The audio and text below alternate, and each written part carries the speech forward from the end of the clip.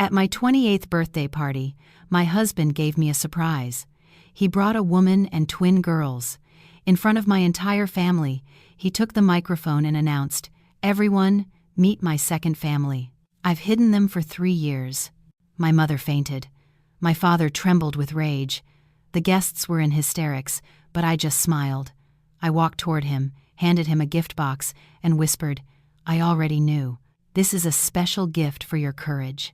As he opened it, his arrogant smirk vanished. His hands began to shake violently. He screamed, because inside the box was... That evening, the gardens of the Lockwood family estate in Greenwich, Connecticut, were bathed in light. Hundreds of soft, glowing lanterns hung from the branches of ancient oak trees, their reflections shimmering on the surface of the calm swimming pool. The scent of roses and hydrangeas from elaborate floral arrangements mingled with the gentle melodies of a string quartet. This was Isabella Lockwood's 28th birthday party. A celebration designed to be perfect. A testament to a life that appeared flawless. Isabella, draped in an emerald silk gown, stood beside her husband, Julian Jules Monroe. They were the picture of an ideal couple. Isabella with her quiet beauty and grace, Jules with his charisma and captivating smile. They greeted their guests, business partners, close friends, and their entire extended family. Arthur and Margaret Lockwood watched their only daughter with pride. Isabella was the sole heiress to their real estate empire, Lockwood Enterprises, and Jules, the son-in-law they trusted, had shown remarkable capability in helping manage the firm. "Look at them, Margaret. So happy," Arthur whispered to his wife. Margaret nodded, her eyes misty with emotion. For years, Isabella and Jules's marriage had seemed smooth, without a single flaw. Jules was a polite, principled, and hard-working man. At least, that's what they thought. In the middle of the party, Jules picked up a flute of sparkling cider. He never touched alcohol, and raised it. "To my beloved wife, Isabella, happy birthday. May happiness always follow you, just as you have brought happiness to me." The guests applauded warmly. Isabella smiled. It was a genuine smile, but one that held a secret no one could possibly guess. The main event was approaching. A 5-tier birthday cake stood ready. The quartet began playing Isabella's favorite piece. It was then that Jules stepped onto the small, raised platform, signaling for the music to pause. "Could I have your attention for a moment?" Jules said into the microphone. His voice was calm, but there was a strange undertone that made Isabella's senses sharpen. "On this special day for my wife, there's one more thing I'd like to share. A surprise." Guests murmured amongst themselves, expecting the announcement of a luxury car or a romantic getaway. Arthur and Margaret smiled, waiting to see what their son-in-law had prepared. Jules gestured toward the garden gate, all eyes turned. The wrought-iron gate swung open slowly. A young woman entered, looking nervous, holding the hands of 2 identical twin girls. They were beautiful, about 3 years old, dressed in matching pink party dresses. The woman, Chloe, met the crowd's gaze with a mixture of fear and determination. Jules beamed, a smile that didn't reach his eyes. He stepped down from the platform, walked to Chloe, and led her back to the front. Standing directly in the spotlight, the twin girls clutched tightly to Jules and Chloe's hands. Isabella remained where she was, motionless. Her face was serene, her expression unreadable. The music had stopped completely. The chirping of crickets in the distance suddenly felt deafening. Jules raised the microphone again. "Everyone," he said, his voice loud and confident, as if announcing an achievement. "This is Chloe, and these are Zoe and Mia." He gently stroked the girls' heads. The guests froze. Arthur's smile vanished, his brow furrowing deeply. Margaret covered her mouth with her hand. Jules took a deep breath and then dropped the bomb. "This is my second family. I've hidden them for 3 years." Time seemed to stop. The silence that followed was thick, heavy. Then, chaos erupted, the sound of a champagne flute shattering as it slipped from a guest's hand. Horrified whispers and gasps echoed from every corner. What did he say? A second family? In front of Isabella? But the greatest shock hit Isabella's parents. Margaret gasped, her eyes wide with disbelief, her chest tightening. "Mom!" Isabella cried, but her voice was lost in the commotion. Margaret swayed and collapsed into her husband's arms. Arthur, his face crimson with uncontrollable rage, struggled to support his wife while roaring, "You son of a bitch, Jules! What is the meaning of this?" Staff members rushed to help Margaret inside. Amidst all the chaos, Isabella stood tall. She didn't cry. She didn't scream. To everyone's astonishment, a faint, almost imperceptible smile touched her lips. That smile confused Jules, who had been savoring his moment of triumph. He had expected Isabella to become hysterical, to beg, to faint like her mother. This calm reaction was not part of his script. Isabella smoothed her gown and began to walk slowly across the lawn. Her steps were steady and elegant. She ignored the pitying stares and derisive whispers from the guests. She walked straight toward Jules, Chloe, and the two children. Chloe looked down, not daring to meet Isabella's eyes. Isabella stopped just a few feet in front of them. She looked at Jules, her gaze sharp yet calm. "Jules," she said softly, her clear voice carrying through the renewed silence. The guests held their breath. "I already knew." Jules was stunned. "What?" Isabella smiled again. "I knew. And I must admit, you're very brave, announcing this in front of everyone, in front of my father and mother." She then held out her hand. In her palm rested a small, black velvet box. It was the size of a ring box, but it looked much older, intricately carved. "This," Isabella said, "is a special gift for your courage." Jules stared at the box suspiciously. What was this? A trap? A dramatic ploy to make him look even worse? Driven by arrogance and curiosity, he took the box. It felt heavy. He thought it might be an expensive watch or ring that Isabella had bought before she knew, now given as a sarcastic gesture. He chuckled cynically. "A gift? You're still giving me a gift, Isabella? You truly are too good a wife." He opened the box slowly, wanting everyone to see how Isabella still adored him. But as soon as the lid was open, Jules's laughter died. His hand, which just seconds ago had arrogantly held the microphone, began to tremble violently. The contents of the box were not jewelry. Inside, resting on faded satin, lay two items. The first was an antique key, a rusted, wrought iron key with a complex design that Jules recognized instantly. It was the key to the Lockwood family's heirloom vault. The key he had been desperately searching for over a year. The key he believed held access to the priceless inheritance that had become his obsession. He had ransacked Arthur's study, bribed staff, and even tried to slowly poison his father-in-law to get the freedom to find this key. And now, here it was, given to him by Isabella. The second item, placed beside the key, was a tiny, gold-plated USB flash drive. Jules recognized it immediately. It was an exact replica of the drive he had stolen from Arthur Lockwood's personal safe 6 months ago, the drive he thought he had destroyed after copying its contents. The drive containing all of the family's hidden financial data, unregistered assets, and most importantly, evidence of illicit dealings that could ruin his father-in-law's business partners Jules was secretly conspiring with to take over the entire company. Seeing those two items together, Jules understood. This wasn't a coincidence. This wasn't sarcasm. This was an execution. A cold sweat beaded on his forehead. His face went pale. He looked up at Isabella. Her eyes now gleamed with a cold, calculating light. "Where did you—" His voice trembled. "How did you—" He couldn't finish the sentence. Isabella had emptied the vault. She knew. The key was now worthless. And that flash drive, it meant Isabella knew everything. Not just about Chloe, but about his rotten scheme, his much deeper betrayal, the plan to seize the fortune, eliminate Arthur, and blackmail his partners. It had all failed. He had just revealed his own shame in front of everyone for something that no longer existed. His hands shook so violently that the box fell from his grasp. The key and the flash drive clattered onto the marble patio. Jules clutched his head, his eyes wild. "No!" he shrieked hysterically. "This can't be happening. It's not possible." 6 months earlier.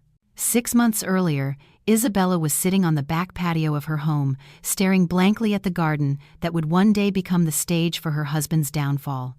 It was then that her first suspicion arose. Oddly, it wasn't about another woman. Jules had always been perfect. He never came home late without a reason, never hid his phone, and was always affectionate. It was precisely that perfection that began to feel unnatural.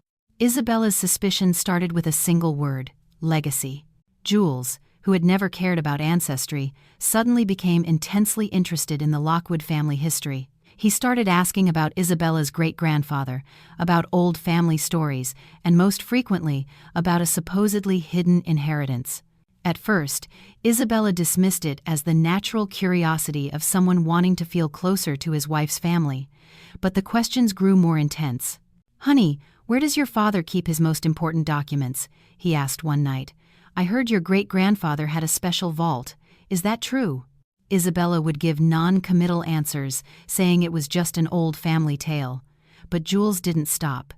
Isabella began noticing him spending time alone in her father's study. Whenever they visited the estate, he would use the excuse of wanting to read a book, but she once caught him tapping the wall behind a large painting, as if searching for something. When she asked, Jules just laughed and said he was admiring the old home's architecture. From that moment on, alarm bells started ringing in Isabella's head. This wasn't just curiosity, it was an obsession. The inheritance was real. Though not the chest of gold Jules imagined, Isabella's great-grandfather had been a shrewd Gilded Age tycoon who also kept many secrets. The inheritance was a hidden vault containing original deeds to prime real estate, old promissory notes from influential families, and most dangerously, a thick ledger detailing secret transactions and agreements with many prominent figures of that era. If revealed, those documents could both build and destroy the reputations of numerous business dynasties. Arthur kept them more as a historical record, but Jules saw them as a weapon. Isabella was an intelligent woman. She didn't confront her husband directly. She knew she needed proof. She contacted Leo Donovan, a private investigator nearly her father's age. Leo was a former NYPD detective who had worked security for Lockwood Enterprises after retirement. He was a man of integrity, fiercely loyal, and most importantly, incredibly discreet. "Mr. Donovan, this is Isabella Lockwood, Arthur's daughter," Isabella said over the phone one afternoon while Jules was on a business trip. "I need your help. I need you to watch my husband, Jules." There was a brief pause. "Mrs. Monroe, is this a domestic matter?" Leo asked carefully. "I'm not sure," Isabella answered honestly. "It started as one, but my gut tells me it's much bigger. It's not about another woman. I think it's about money. And my father," Leo agreed. His reports came once a week. At first, everything seemed normal. Jules went to the office, attended meetings, had lunch with clients. Nothing suspicious. But Leo was more thorough than that. He noticed a pattern in Jules's spending. There were regular, sizable wire transfers to an unknown account. Leo traced it. The account belonged to a Chloe Reed. 2 weeks later, Leo followed Jules not to the office, but to a modest house in the suburbs of Stamford. It was there he took the first photos. Jules was holding a little girl, kissing her, and being greeted by Chloe at the door. Moments later, another identical girl ran out. Leo met Isabella at a quiet coffee shop. He placed a manila envelope on the table. Isabella opened it, her hands trembling slightly. The photos were clear: Jules, Chloe, Zoe, and Mia. A happy little family. Isabella's heart fractured.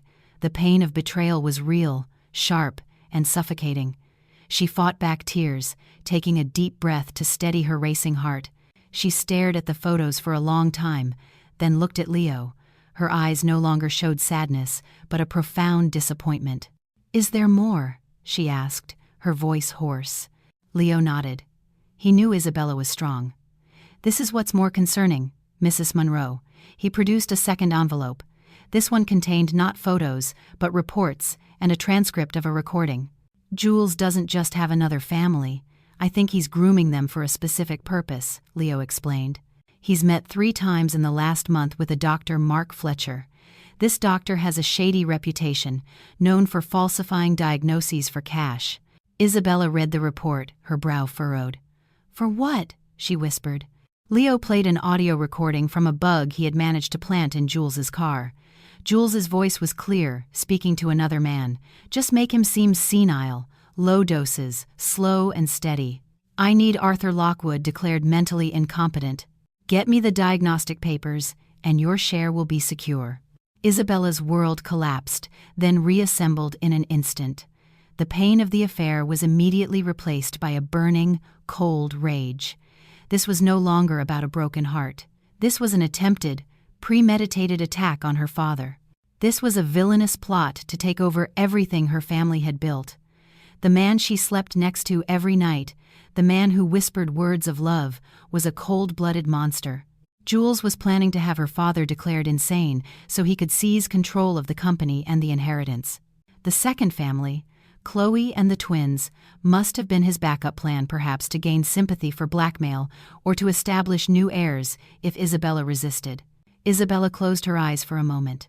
When she opened them again, the fragile, wounded woman was gone, replaced by a cold and calculating strategist. She now understood everything. Jules's obsession with the vault, his meetings with the doctor, and even his second family, it was all part of one grand scheme.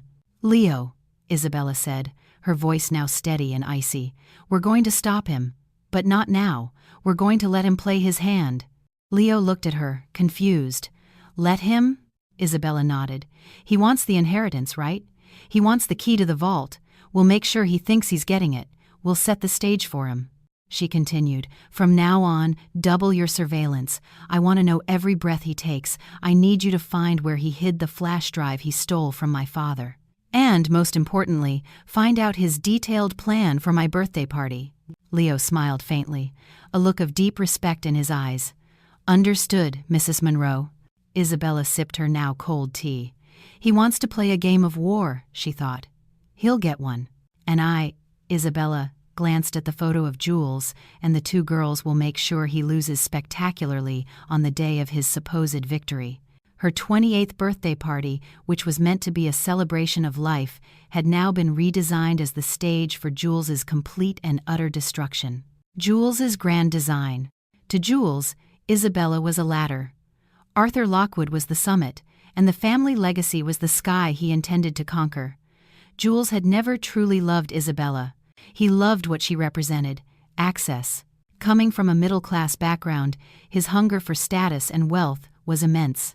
He loathed being second in command, sick of pretending to be the dutiful son-in-law to Arthur Lockwood, a man Jules considered an old-fashioned fool for his refusal to take aggressive business risks. Arthur never gave him full control. There were always limits, always oversight. Jules felt patronized. He believed he deserved more. So, he began to craft his scenario. The initial plan was simple: wait.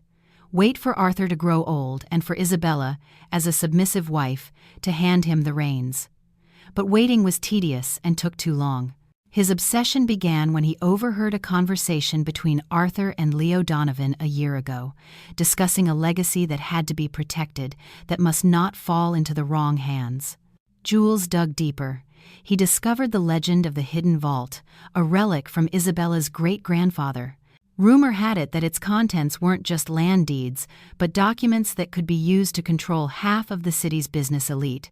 That's when Jules realized he didn't just want money, he wanted power. The power to blackmail, to control, to be a kingmaker. His first step was Chloe. He met her when she was a receptionist at a hotel where he had meetings. Chloe was young, naive, and easily impressed by wealth.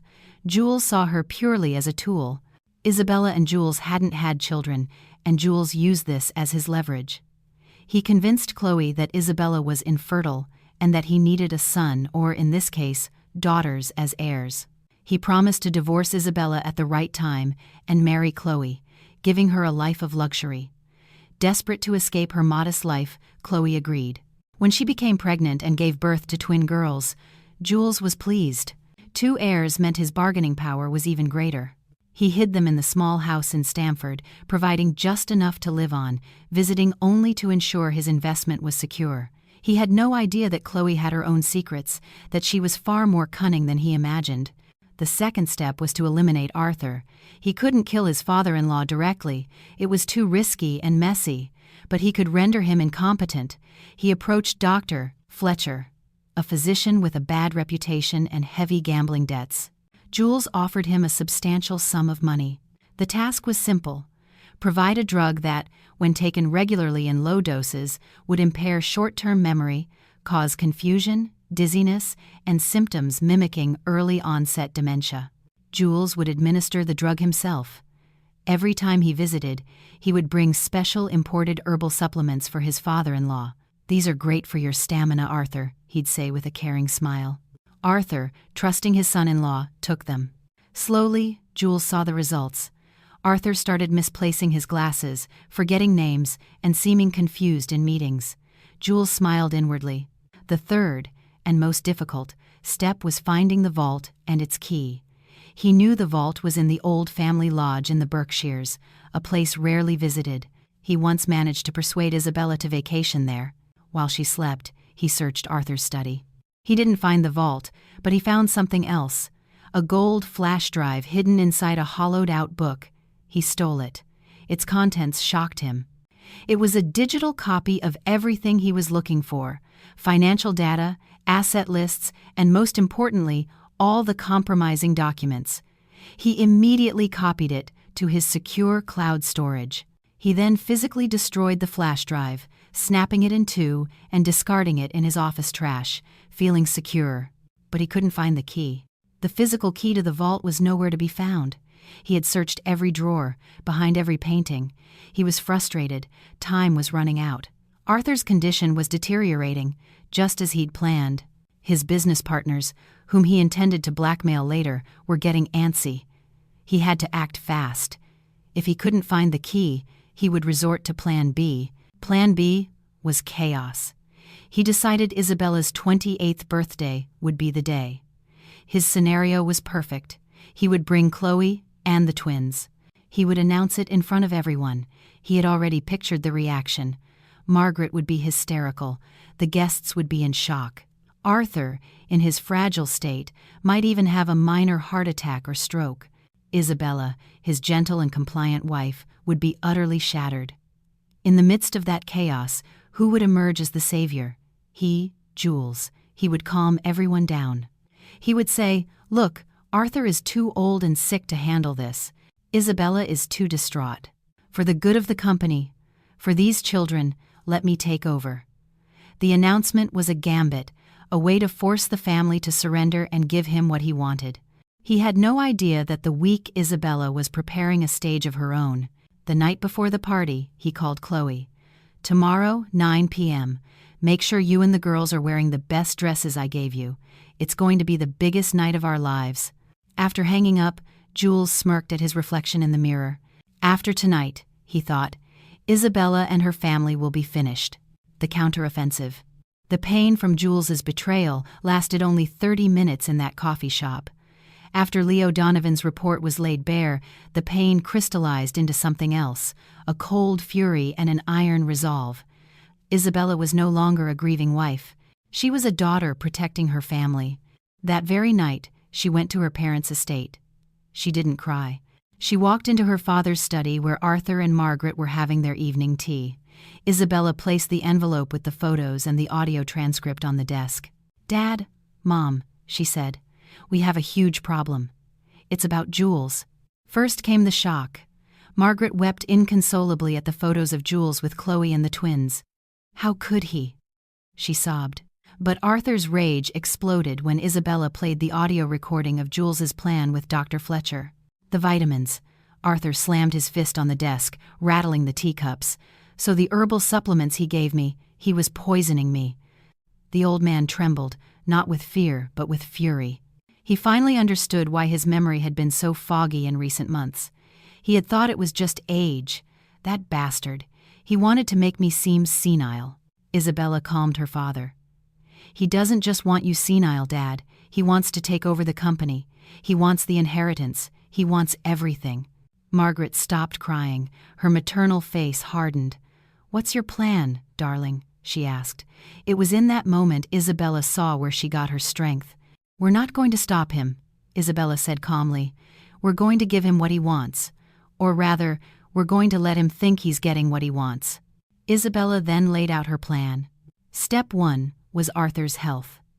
Through his network, Leo brought a top toxicologist to the house secretly the next morning. The doctor confirmed the presence of a foreign substance in Arthur's blood, consistent with a mild neurotoxin. "It's lucky we caught this now," the doctor said. "The dosage was low. We can flush it out." Arthur immediately began a discreet detoxification process. The most crucial part of Isabella's plan began. Arthur had to pretend the poison was working even better than Jules hoped. He had to appear more confused, weaker, and more fragile each day. "Just think of it as acting, Dad," Isabella said. Arthur grinned. "I can do that." Step 2 was the key and the vault. "Jules is obsessed with that key," Isabella reasoned. "That means it isn't at the lodge. He would have found it. It must be here." She thought of her great-grandfather. She remembered her mother telling stories about how much he had adored his wife. Isabella spent hours reading her great-grandfather's old journals in the library. And there she found it. A poetic line. "My most precious treasures are two. One lies behind steel. The other is safe in the embrace of an angel's voice." An angel's voice. Isabella ran to her mother's bedroom.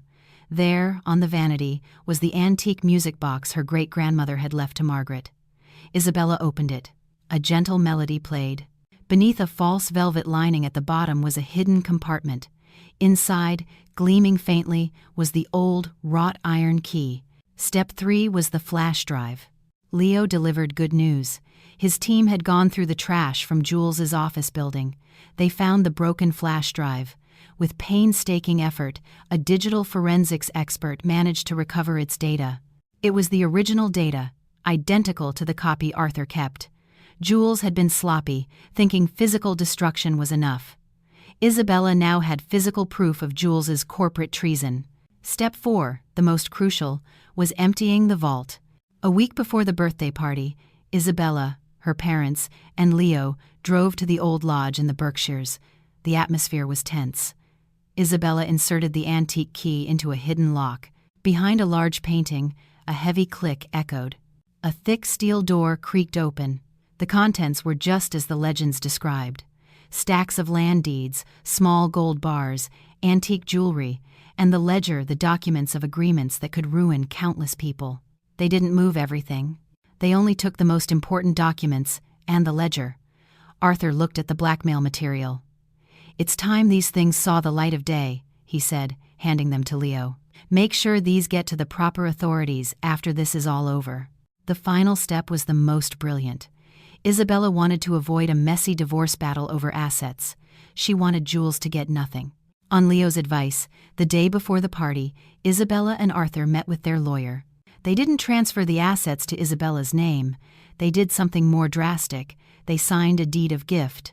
The entire remaining contents of the vault, the gold, the land deeds, the jewelry were irrevocably donated and transferred to a new charitable foundation they established in Margaret Lockwood's name. The process was finalized at 4 p.m., just 5 hours before the party began. The vault was now legally empty. The inheritance Jules was chasing no longer existed. That evening, as Isabella got ready for her party, she took the black velvet box. She placed 3 items inside. First, the antique vault key, now nothing more than a piece of old metal. Second, the repaired, broken flash drive, proof of Jules's business crimes. And third, a copy of the newly signed deed of gift, the document proving the vault had been officially emptied for charity. She closed the box. She looked at her reflection in the mirror. The woman in the mirror looked calm. Her eyes were sharp, and a faint smile played on her lips. "Happy birthday to me," she whispered. "And goodbye to you, Jules." She was ready for her party. The unraveling. Jules's hysterical screams echoed through the garden, shattering the respectable silence of the night. "It's not possible," he yelled again, his eyes fixed on the 3 items inside the velvet box, now lying on the marble stage floor. The key, the flash drive, and a legal document. The guests were frozen. The string quartet had long since fallen silent. This was clearly not part of the birthday surprise. This was a demolition, broadcast live. "Chloe," the woman Jules had brought, looked equally bewildered. She held the twins' hands tightly, her face pale, unable to understand why the man who had promised her the world now looked like a madman. Jules, gasping for breath, stared at Isabella. His eyes were red with a mixture of hatred and terror. "What is this? What have you done, Isabella? This is a joke." With terrifying composure, Isabella walked past him. She picked up the microphone Jules had dropped. She tapped it gently. The sound was like a gunshot in the silence. "Good evening, everyone." Isabella's voice was crystal clear, without a tremor. "My apologies for the small interruption. My husband, Jules, seems a bit overwhelmed by his gift." She turned to face him. The guests, who had been whispering, were now completely silent, hanging on her every word. They knew they were witnessing an extraordinary family drama. "You ask what this is, Jules?" Isabella said. She bent down and picked up the rusted antique key, holding it high for everyone to see. "The first gift," she began, her voice like a judge reading a verdict, "is something you wanted very badly, didn't you? This is the key to our family's heirloom vault. The key that had you sneaking around my father's study. The key that had you tapping the walls at the lodge like a common thief." Jules's face grew paler. He was being exposed. "You wanted the fortune inside, didn't you?" Isabella continued. "You wanted the gold, the land deeds, and all those valuable documents." Jules couldn't answer. He could only tremble. Isabella then picked up the copy of the deed. "Then this is your second gift." She unfolded it. "This is a deed of gift, dated today at 4 p.m. Isabella smiled faintly. "I'm so sorry, Jules. You're too late. I opened that vault last week, and this afternoon, its entire contents, every ounce of gold, every deed, every single asset inside, has been officially donated. It has all been transferred to the Margaret Lockwood Foundation, which we just established. The key you're holding," Isabella gestured toward the ground, "is now nothing more than a souvenir. The vault is empty." Jules's jaw dropped. All his efforts, his 3 years of deception, his betrayal, it was all for nothing. The treasure that was his ultimate goal had vanished. "You're lying," he hissed. "You can't have. You're not that smart." "Oh, I'm not finished," Isabella said. She now picked up the final item. The small gold flash drive. "Perhaps you weren't interested in the treasure, Jules. Maybe you were more interested in this." She held up the drive. "You remember this, don't you? It's my father's flash drive, the one you stole from his personal safe 6 months ago, the one you thought you destroyed after you copied its contents. You were wrong. My team recovered it." Jules stumbled back a step. This was worse than the inheritance. That drive contained his entire plan to take over the company, proof that he was conspiring with her father's business partners. "Isabella, don't," he whispered, his arrogance finally replaced by pure panic. Isabella ignored him. She turned toward the large projector screen behind the stage, which was supposed to be showing a slideshow of birthday memories. "My father trusted you too much, Jules.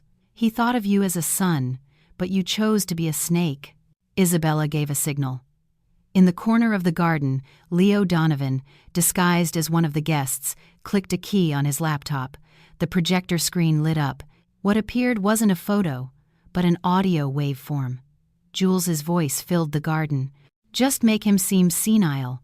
Low doses, slow and steady." "I need Arthur Lockwood," declared mentally incompetent. The guests gasped in horror. Stifled screams came from Isabella's aunts and uncles. Jules stared at the screen, horrified. "Is that not enough?" Isabella asked into the microphone. "How about this?" The screen changed. It now showed silent CCTV footage from the Lockwoods' kitchen. It showed Jules, with a thoughtful smile, bringing the imported herbal supplements to his father-in-law. The footage replayed in slow motion, clearly showing Jules opening a small powder packet and pouring it into the vitamin bottle before shaking it. Margaret, who had recovered and was watching from the doorway, shrieked, "You were poisoning my husband! You devil!" And for the grand finale, as all eyes were glued to the screen, the main doors of the house opened. Arthur Lockwood walked out. He did not look weak. He did not look confused. He walked tall and steady, his face hard with righteous anger. He took another microphone from the quartet's stand. "The vitamins didn't work so well, Jules. Arthur's voice boomed. "I stopped taking your poison 2 months ago, after my daughter showed me who you really are." Jules crumpled. He collapsed onto the stage, sitting. It was over. Everything was over. He had lost, completely. Just then, the sound of sirens, at first faint, grew louder and stopped directly in front of the gate. 2 uniformed police officers walked in. They moved calmly but firmly across the ruined party. They didn't look right or left. Their eyes were fixed straight ahead, on the stage, on Jules. Isabella looked down at her husband, now a pathetic heap on the floor. "You said you hid them for 3 years?" Isabella said, gesturing to Chloe and the twins. "I've been hiding this truth for 6 months, waiting for the perfect moment. And you gave it to me tonight." The police stepped onto the stage. "Jules," Isabella said softly, "this is my real birthday gift. Justice." Jules didn't resist. He was too deep in shock. An officer cuffed his hands. "Wait," said the other officer, looking at the trembling Chloe. "You'll have to come with us too, ma'am. You're an accomplice to this conspiracy." Chloe burst into tears. "I didn't know anything about poison, I swear." But her protests were futile. She and Jules were led away. The twin girls, Zoe and Mia, began crying in fear, watching their mother being taken. Margaret, in the midst of her own pain, immediately ran to them and gathered the 2 innocent children in her arms. "Bring them inside," she sobbed. "It's not their fault." The party was over. The guests were speechless. Isabella stood alone on the stage. Amid the ruins of her birthday cake, she looked up at the night sky. For the first time in months, she could finally breathe. The inheritance of truth. The great house felt silent for the next 3 days. The glittering party lights had been replaced by the camera flashes of reporters camped outside the gates. The scandal of the son-in-law poisoning his father-in-law for an inheritance, compounded by a love-child drama revealed at a birthday party, became a national headline. Arthur and Margaret stayed in their rooms, needing time to process. Isabella, on the other hand, was busy. She wasn't grieving. She was cleaning up the mess. She sat in her father's study with Leo, sorting through stacks of documents. Among them was one carved wooden box that had not been donated. This was the core of the true inheritance, not gold or land. Arthur finally joined them. He looked older, but his eyes were clear. He pointed to the box. "This is what Jules really wanted," Arthur said quietly. Isabella opened it. Inside wasn't treasure, but dozens of small ledgers and bundled documents tied with ribbon. It was the Lockwood archive, the private records of her great-grandfather. "Your great-grandfather," Arthur explained, was a private lender to the elite of his time. He kept a record of every debt, every shady deal, every dark secret of major industrialists and politicians. "This," Arthur tapped the box, "is enough blackmail material to destroy half the prominent families in this country." Isabella finally understood. Jules didn't just want money, he wanted power. He wanted to be a puppet master, controlling people with their pasts. "He was even more rotten than I thought," she whispered. "What are you going to do with this, Dad?" Arthur was silent for a long time. "I've kept this all these years, thinking of it as an insurance policy. But after seeing what Jules planned to do with it, power like this is too dangerous." Isabella nodded. She picked up a document at random. The name of a very familiar family was written on it. "Power is only dangerous in the wrong hands," Isabella said. "Jules wanted to use it for evil. We'll use it for good." She looked at her father. "It's time for a house cleaning, Dad, not by blackmailing them, but by turning this over to the authorities." Arthur smiled proudly. "Your mind is clear. Do it." Isabella handed the box to Leo. "Make sure this gets to the Department of Justice and the SEC. Anonymously. Let the storm begin." Leo nodded respectfully. "It would be an honor, ma'am." He paused. "But there's one more development you should know. It's about Chloe." Isabella raised an eyebrow. "She's in custody," Leo said. "And she's talking. She's terrified of being implicated in the attempted murder charge. She's willing to do anything for a lighter sentence. And she gave us some very interesting information." Leo placed a new file on the desk. Chloe was arrested as Jules's accomplice, but it seems Jules was also a victim of her deception. Leo explained that Chloe was not the naive receptionist she appeared to be. Before meeting Jules, she had been in a relationship with another man who abandoned her when he found out she was pregnant. When she met Jules, a wealthy, established man conveniently looking for an heir, she saw her golden ticket. She had already been pregnant for several weeks. She lied to Jules about the timing of her pregnancy, convincing him that the twins, Zoe and Mia, were his. Jules, in his arrogance, never thought to get a DNA test. He was too busy designing them as tools in his grand scenario. He only ever saw the twins as pawns. Isabella and her parents were stunned. "So," Margaret whispered, "Jules announced his heirs in front of everyone when they weren't even his children?" "Exactly," said Leo. He was played by the very person he thought he was using, a double cross. Isabella almost laughed. The irony was so bitter, yet so fitting. Jules's entire plan for a second family as leverage for an inheritance was built on another woman's lie. Leo closed the file. "Jules doesn't know yet. He's in solitary, but when his lawyer sees him tomorrow, I'll make sure this DNA report is in his hands." The scene shifted to a sterile, cold prison visiting room. Jules sat behind the glass, disheveled, his eyes empty, though a remnant of arrogance remained. He was waiting for his lawyer. The door on the other side opened, but it was Leo Donovan who walked in. "What do you want?" Jules stood up abruptly. "Where's my lawyer?" Leo sat down calmly. He said nothing. He simply took a manila envelope from his briefcase and pushed it through the slot under the glass. "What's this?" Jules sneered. "Read it," Leo said. "It's about your biggest investment. Your twin daughters." Jules tore the envelope open. He read the DNA report. Once, twice, his eyes darting wildly across the page. His face went from confusion to a deep red, then to a deathly pale. The report concluded that the probability of Julian Monroe being the biological father of Zoe and Mia was 0%. He had risked everything: his marriage, his freedom, his reputation for someone else's children. The silence was broken by the sound of laughter. A hoarse, broken, and utterly insane laugh. Jules laughed, clutching his head, before he finally slammed his fists against the partition glass, screaming without a sound. The last fragment of his sanity had just shattered. The verdict and the innocent. The trial of Julian Monroe and Chloe Reed became a public spectacle. Each day, the media swarmed the courthouse, hungry for every detail of the scandal that had rocked the elite. Jules, who at the start of the trial still tried to project a sliver of his old arrogance, was completely broken down.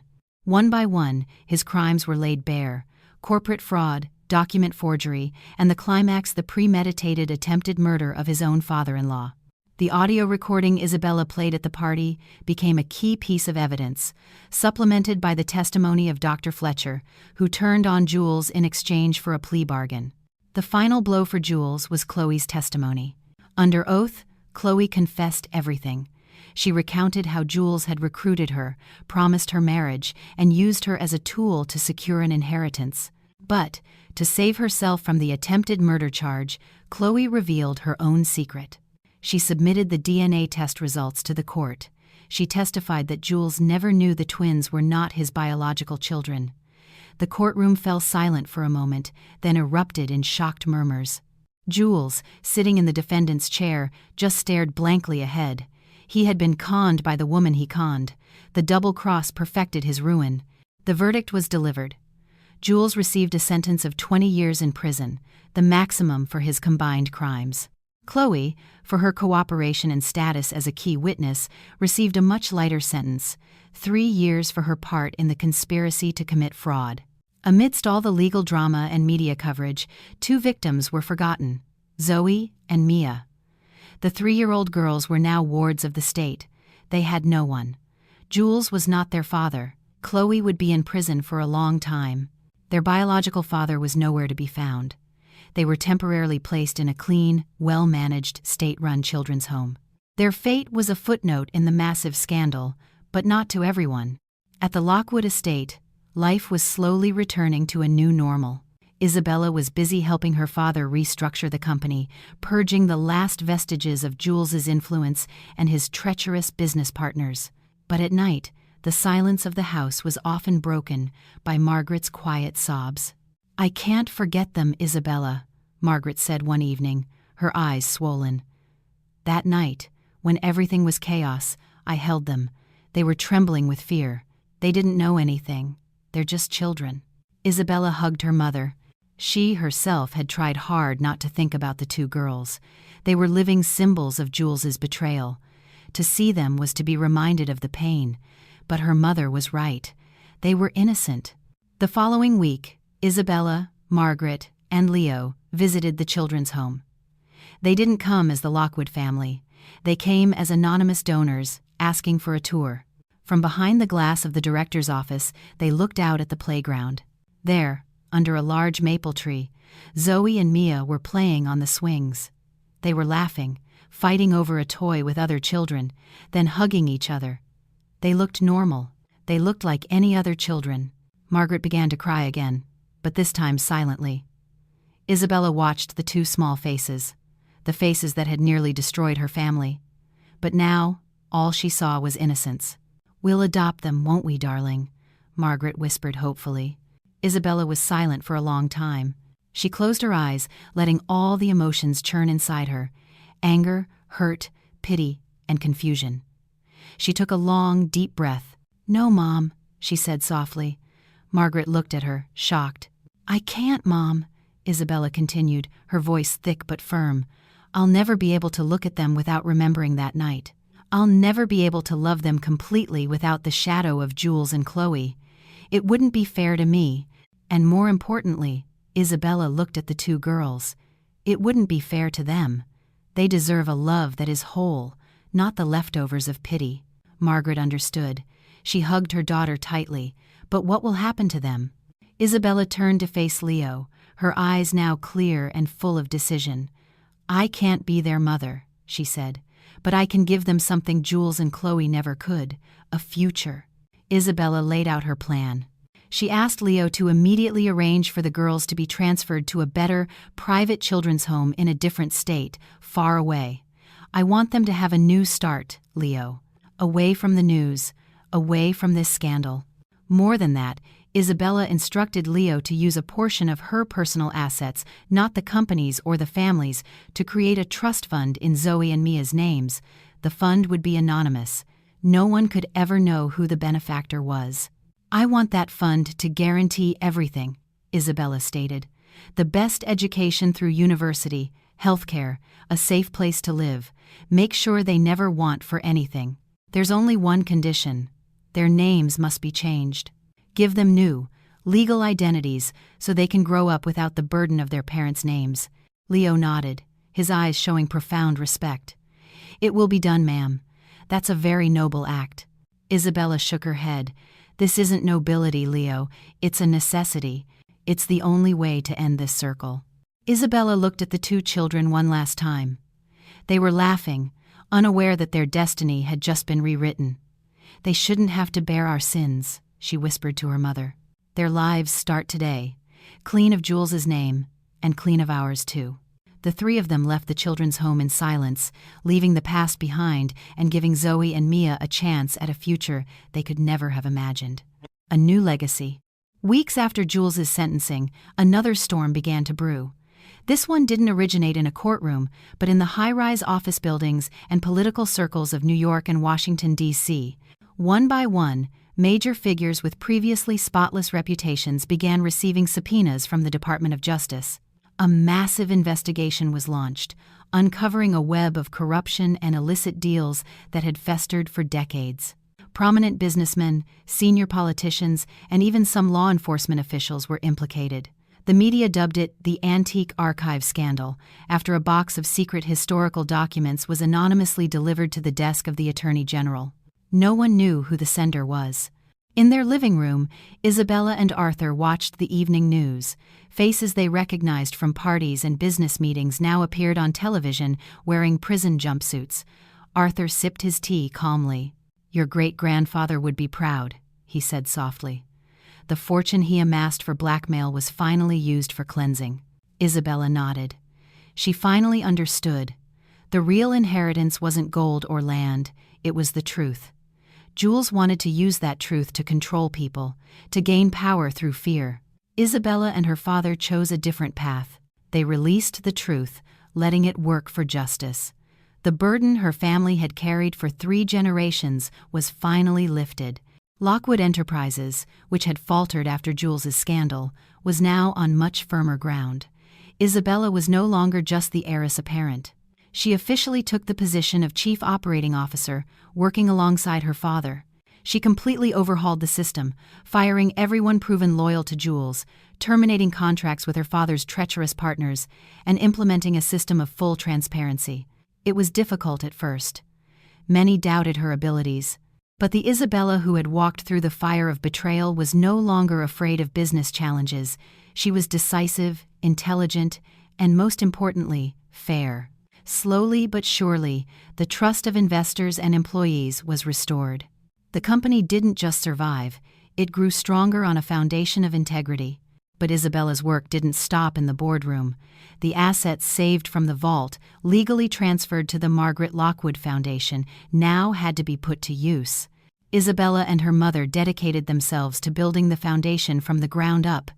It wasn't just a letterhead to avoid taxes, it became their life's mission. The foundation focused on helping victims whose stories mirrored their own, women and children trapped in cycles of domestic abuse, financial fraud by a partner, and psychological manipulation. Isabella used her own experience as a blueprint.